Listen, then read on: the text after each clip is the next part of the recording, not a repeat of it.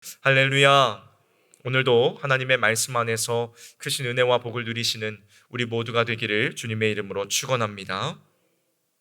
오늘 우리가 함께 읽은 본문에는 우리가 너무나도 잘 아는 하나님께서 아브라함을 부르시는 놀라운 장면이 담겨져 있습니다. 그런데 여러분, 이 구절들을 가만히 읽다 보면 아주 특이한 점을 하나 발견하게 됩니다. 짧은 세 개의 구절 속에 무려 5번이나 복이라는 단어가 반복되어 기록되어 있다는 것입니다. 여러분, 성경이 아브라함의 등장과 함께 유독 이 복이라는 말을 강력하게 강조하고 있는 진짜 이유가 무엇일까요?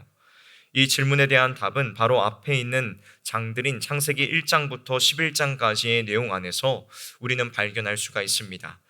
창세기 1장에서부터 11장까지에는 세상의 창조와 사람의 타락, 그리고 그 타락이 가져온 비참한 결과들에 대한 이야기가 기록되어 있습니다. 태초에 하나님께서 보시기에 심히 좋았던 아름다운 세상은 사람이 지은 죄악으로 인하여 처참하게 망가지고 마침내 스스로의 힘으로는 회복이 불가능한 상태로 파괴되고 말았습니다. 특별히 창세기 1장에서 11장까지를 보면 인간의 타락으로 인한 5차례의 무서운 저주가 연이어 나타나고 있지요. 창세기 3장에서 뱀에게 내리신 저주와 땅의 저주, 4장의 가인의 저주, 5장의 땅의 저주, 그리고 9장의 가나안의 저주까지 이 연이은 저주들은 하나님을 떠난 당시의 세상이 얼마나 타락했고 사람들의 삶이 얼마나 불행했는지를 너무나도 뚜렷하게 보여주고 있습니다. 그리고 이 사람들의 타락과 불행의 정점은 바로 이 창세기 11장의 바벨탑 사건에서 가장 적나라하게 폭발하고 있지요. 여러분, 바벨탑 사건에서 사람들이 저지른 진짜 잘못이 무엇이었습니까? 그들이 그저 벽돌을 모아 거대하고 화려한 도시를 건설하고자 했던 것이 문제였습니까? 아닙니다. 성경은 어디에서도 큰 도시를 건설하거나 문명을 발전시키는 것 그 자체를 죄라고 문제 삼지는 않습니다. 그렇다면 바벨탑의 가장 끔찍한 문제는 과연 무엇이었습니까? 그것은 바로 이 탑을 건설하고자 하는 사람들의 그 교만한 마음, 그 악한 의도 속에 여실히 드러나고 있습니다. 그들은 바벨탑을 높이 쌓아 올리며 이렇게 외쳤습니다. 우리의 이름을 내자. 즉 자기들이 가지고 있는 힘과 능력을 총동원해서 세상에 자신들의 이름과 명성을 드높이겠다는 교만한 선언이었습니다. 이것은 하나님께서 사람을 창조하시며 의도하시던 바와는 너무나도 거리가 먼 악한 모습이었습니다. 하나님께서는 사람들이 창조주이신 하나님을 굳게 믿고 의지하며 그분의 크신 능력 안에서 평안과 안전을 누리고 오직 그분의 영광만을 바라보며 기뻐하기를 간절히 원하셨습니다. 그러나 바벨탑의 사람들은 하나님은 안중에도 없었습니다. 하나님 따위는 필요 없다며 스스로 자기의 삶의 주인이 되어 자기와 자기 가족의 안전을 자기의 힘으로 확보하려고 했고 자신이 세상에서 가장 높아지기를 바라는 헛된 명예를 끝없이 추구하였습니다.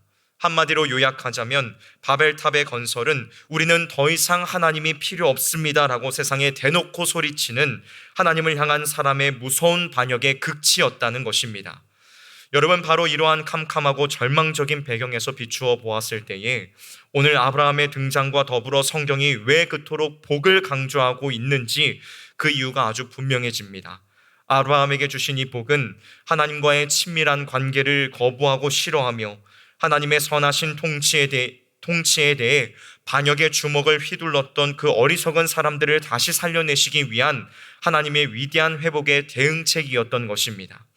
하나님께서는 이제 아브라함이라는 이 한 사람을 통하여 사람의 거만했던 이 반역이 온전히 회복된 거룩한 나라, 새로운 백성을 세우고자 하셨습니다. 그것이 하나님이 아브라함에게 내가 너로 큰 민족을 이루고 내 이름을 창대하게 하리라 라고 선포하신 그 말씀 안에 너무나도 잘 나타나고 있습니다. 여러분, 바벨의 사람들은 어떻게 했습니까? 스스로 자기들의 힘으로 큰 도시를 이루고 스스로 자기들의 이름을 내려고 발버둥 치다가 결국 무서운 저주를 받고 말았습니다. 그러나 아브라함은 그들과 완전히 다릅니다. 아브라함은 자기 힘이 아니라 하나님으로 말미암아 큰 민족을 이루고 하나님으로 말미암아 위대한 명성을 얻게 될 것입니다. 다시 말해 아브라함에게 약속된 복은 어떤 대단한 물질이나 성공이 아니라 바로 하나님과의 완전히 변화된 새롭고 친밀한 관계 그 자체에 있다는 것을 말씀해 주는 것입니다. 하나님과의 온전한 관계가 아브라함이 누린 축복의 핵심이라는 사실은 하나님이 친히 아브라함과 더불어 언약을 맺으셨다는 사실에서 가장 확실하게 확인할 수가 있습니다. 고대 근동 지역에서는 종종 사람과 사람 사이에 혹은 국가와 국가 사이에 조약을 맺고 언약을 체결하는 관습이 있었습니다.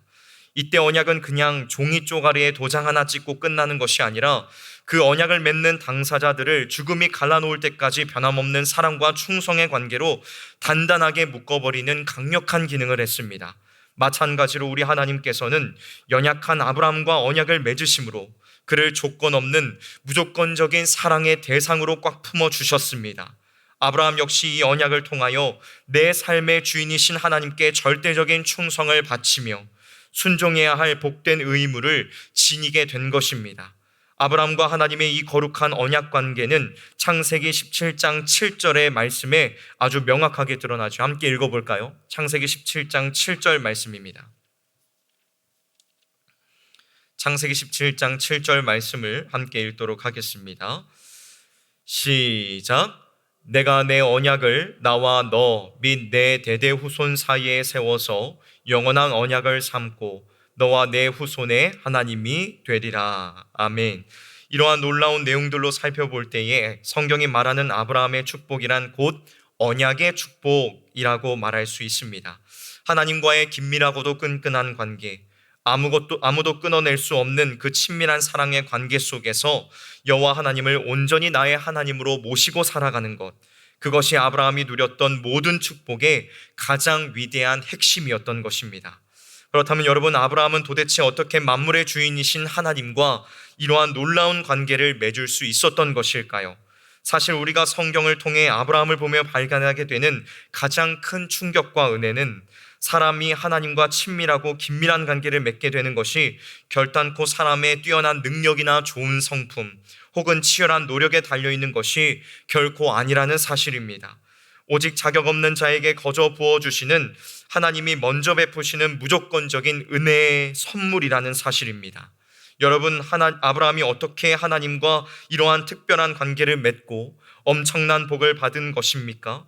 그가 평소에 하나님 앞에서 무언가 칭찬받을 만한 위대한 일들을 많이 했기 때문이었습니까? 아니면 다른 사람들에게 선행을 엄청나게 많이 베풀고 도덕적으로 깨끗한 삶을 살아서였습니까? 결코 아닙니다.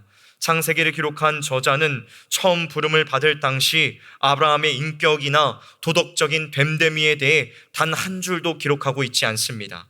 그저 그의 가족들이 누구인지에 대하여 간단하게 소개할 뿐입니다. 오히려 여호수아 24장 2절의 말씀을 보면 아브라함의 집안은 원래부터 우상을 만들어 팔며 우상을 숭배하던 불경건한 집안이었음을 밝히고 있습니다. 아브라함 역시 참되신 하나님을 전혀 알지 못하고 죄악 가운데 살던 사람이었던 것이지요. 그런데 바로 그러한 아브라함을 하나님이 먼저 찾아와 부르셨습니다. 아무런 자격도 없는 그를 자신과의 친밀한 교제와 사랑의 관계 속으로 억지로 끌어안으신 것입니다. 허물과 죄로 인하여 영원히 죽을 수밖에 없었던 그를 하나님의 끝없는 사랑과 일방적인 은혜로 완벽하게 구원해 주셨다는 것입니다. 사랑하는 성도 여러분, 아브라함이 누렸던 진정한 축복은 세상의 물질이나 떵떵거리는 성공이 아닙니다. 바로 창조주 하나님과의 막힘없는 친밀한 관계, 그것이 그가 누렸던 진정한 축복이라는 것입니다. 온 우주의 주인 되신 하나님께서 친히 그의 하나님, 그의 아버지가 되어주시며 그는 그분의 자녀요 백성이 된다는 것, 이것이야말로 아브라함이 이 땅에서 누렸던 가장 진정하고 위대한 복이요 은혜였다는 것입니다.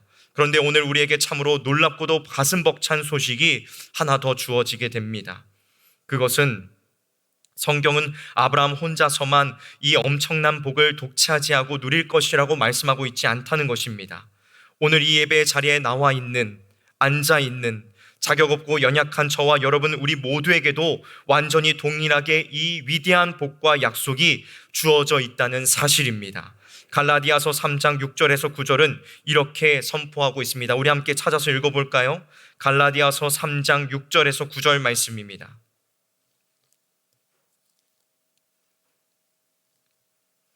갈라디아서 3장 6절에서 9절 말씀입니다.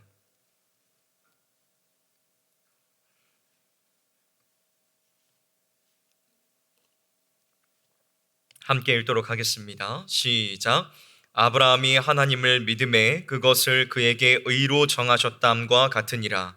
그런즉 믿음으로 말미암은 자들은 아브라함의 자손인 줄 알지어다.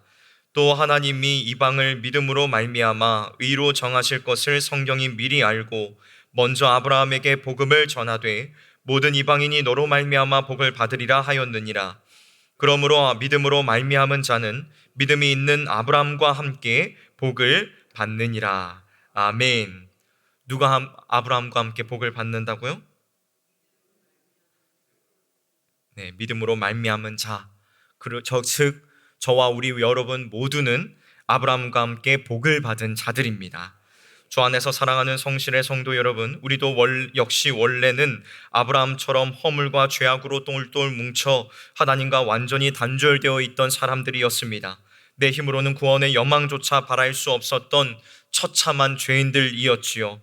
내 힘으로 구원받으려 바벨탑을 쌓든 발버둥 쳐보았지만 언제나 무너져 내리는 지독한 절망 속에 살았습니다. 그러나 하나님께서는 그러한 우리를 그냥 내버려 두지 않으셨습니다. 하나님의 유일하신 아들 독생자 예수 그리스도께서 이 낮고 천한 땅에 오셔서 우리가 지어야 할 그 짊어지고 가야 할 그 무서운 죄의 짐을 십자가에서 모두 대신 짊어지셨습니다. 예수님께서 십자가에서 피 흘려 죽으심으로 말미암아 영원히 단절되고 끊어졌던 하나님과 우리 사이에 막힌 담이 무너지고 완벽하게 화목하게 되었습니다. 그리고 우리는 거기에서 한 걸음 더 나아가 십자가의 핏값으로 하나님의 진짜 자녀로 당당하게 입양되어 아브라함이 누렸던 그 놀라운 언약의 복을 오늘 동일하게 누리게 되었습니다.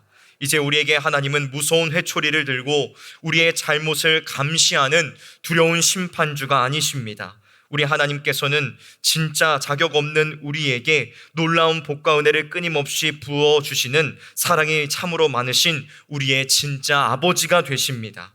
우리가 이 엄청난 은혜의 자리에 서게 된 데에는 우리의 어떠한 열심과 인간적인 노력이 단 1%도 들어있지 않습니다. 우리가 하나님께 사랑받을 만한 착한 일을 조금이라도 했다던가, 내가 교회에서 남들보다 헌신 봉사를 더 많이 했다거나, 심지어는 내가 내 의지로 하나님을 잘 믿어줬기 때문에 이 복을 받은 것이 절대로 아니라는 것입니다. 이것은 100% 순전히 하나님이 먼저 찾아오신 은혜로 된 것입니다. 그렇게 우리는 세상 앞에서 내 자랑을 할 만한 것이 아무것도 없습니다. 오직 내 입술을 열어 눈물로 감사할 수밖에 없으며, 이제는 떳떳한 하나님의 자녀로서 그분과 친밀하게 동행하는 삶을 살아가는 것을 가장 큰 기쁨으로 삼을 수밖에 없는 것입니다. 물론 우리가 이 땅에 발을 딛고 살아가는 동안 유혹과 시험은 늘 찾아옵니다. 세상은 바벨탑을 높이 쌓아 올리던 그 옛날과 조금도 다를 바 없이 지금도 하나님과 친밀한 교제를 누리는 것을 조롱하며 거부하지요. 그들은 오직 자기들의 명성과 이익을 위하여 더 높고 화려한 탐욕의 탑을 쌓아 올리는 데에만 혈안이 되어 있습니다. 여러분, 우리가 매일 부대끼며 살아가는 이 시대를 똑똑히 보십시오. 사람을 먼저 앞세우는 인본주의를 비롯해 세상의 수많은 사상과 유행들은 끊임없이 하나님을 자리에서 밀어내고 사람의 교만한 이름을 드높이려고만 합니다. 발달한 과학 기술은 창조주 하나님 앞에 겸손히 엎드리기보다 인간의 위대함만을 자랑하고 선전하려 합니다. 그 발전된 세상의 문명은 사람의 욕심과 자아를 한없이 부풀려서 내 인생의 진짜 주인 되시는 그분을 바라보지 못하게 우리의 눈과 귀를 철저히 가리고 있습니다. 세상은 타락한 그 순간부터 지금까지 쉴 새 없이 하나님의 백성들이 주님을 바라보지 못하도록 우리의 눈앞에 거대한 장벽을 치고 유혹의 덫을 놓고 있다는 것입니다. 우리가 하나님과 친밀함을 누리는 그 진짜 축복을 빼앗기 위해 필사적으로 방해하고 있다는 것이지요. 그렇다면 여러분, 하나님의 핏값으로 사신 바 된 백성으로서 이 거칠고 악한 시대를 살아가며 하나님께서 나와 늘 함께 하시는 이 진짜 복을 빼앗기지 않고 온전히 누리기 위해 우리는 과연 오늘 어떠한 삶을 결단하며 살아가야 할까요? 오늘 이것으로 말씀을 마무리하고 결론을 맺도록 하겠습니다. 세상의 거센 유혹 앞에서도 아브라함의 복을 온전히 누리기 위해서 우리는 반드시 거룩한 삶을 살아가야 합니다. 우리는 어떠한 삶을 살아가야 된다고요? 거룩한 삶을 살아가야 합니다. 창세기 17장 말씀을 보면 하나님께서는 언약을 맺은 아브라함에게 그 언약의 증표로 할례를 행하라고 명령하십니다. 여러분, 할례가 무엇입니까? 그리고 그 할례가 가지고 있는 진짜 영적인 의미가 무엇입니까? 할례란 육신의 포피를 잘라내는 의식입니다. 이것은 곧 내 안에 있는 더럽고 부정한 세상의 찌꺼기들을 잘라내고 제거하는 것, 즉 하나님 앞에서의 정결함을 의미하는 것입니다.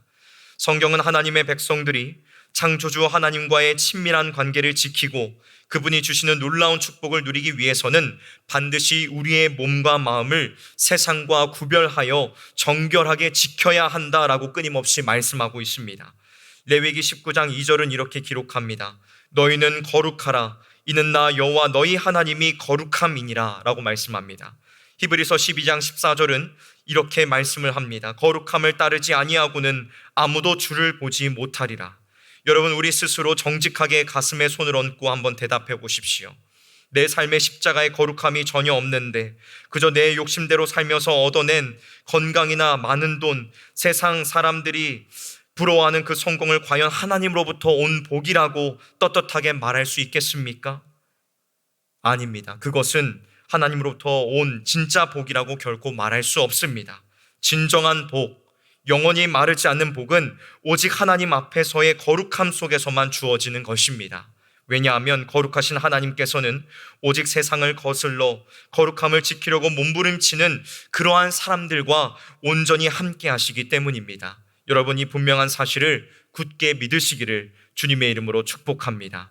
물론 여기에서 착각하지 말아야 할 것이 있습니다. 이 거룩함이라는 것이 내가 오늘부터 거룩하게 살아야지 하고 주먹을 불끈 쥐고 결심한다고 해서 내 힘으로 이루어지는 것이 결코 아니라는 사실입니다. 내 스스로 착하게 살려는 노력으로는 며칠 가지 못해 결국 옛 모습으로 돌아와 무너지고 말 것입니다. 그렇다면 여러분, 우리는 어떻게 해야 합니까? 이 거룩함 역시도 오직 십자가에 달리신 예수 그리스도를 통하여지만 거저 얻어지는 것입니다. 히브리서 10장 10절 말씀을 굳게 붙드십시오. 이 뜻을 따라 예수 그리스도의 몸을 단번에 들이심으로 말미암아 우리가 거룩함을 얻었노라. 할렐루야. 여러분, 오직 십자가에서 나를 대신에 찢기신 예수 그리스도의 피 묻은 은혜만이 매일매일 죄악으로 더러워지고 부정한 우리를 완벽하게 깨끗이 씻어 주십니다. 그리고 하나님 앞에, 아버지 앞에 우리를 흠없는 거룩한 자녀로 당당하게 세워주십니다. 그러므로 사랑하는 성도 여러분, 날마다 십자가 앞에 엎드려 내 안의 교만과 죄악을 눈물로 회개하십시오. 그리고 매 순간 십자가 그리스도의 은혜와 따뜻한 돌보심을 간절히 구하시기를 바랍니다. 비틀거리는 내가 세상의 유혹에 넘어지지 않고 끝까지 거룩한 삶을 살아낼 수 있도록 성령님께서 내 손을 꼭 붙잡고 도와주시기를 진심으로 간구하시기를 바랍니다. 바라기를 오늘 이 예배를 드리는 우리 성실의 모든 성도님들이 내 힘이 아닌 십자가의 능력을 의지하여 거룩한 삶을 회복할 수 있기를 원합니다. 이 거룩함을 통하여 바벨탑을 쌓는 세상이 결코 알 수도 없고 줄 수도 없는 하나님과의 그 깊은 친밀한 교제를 풍성하게 누리시기를 소원합니다. 오늘 하루 아브라함에게 주셨던 그 진정한 복을 나의 것으로 삼고 여러분의 삶 가운데에서 또한 가정 속에서 하늘의 진정한 행복과 기쁨을 누리는 저와 여러분들이 되시기를 주님의 이름으로 축원합니다. 함께 기도하도록 하겠습니다.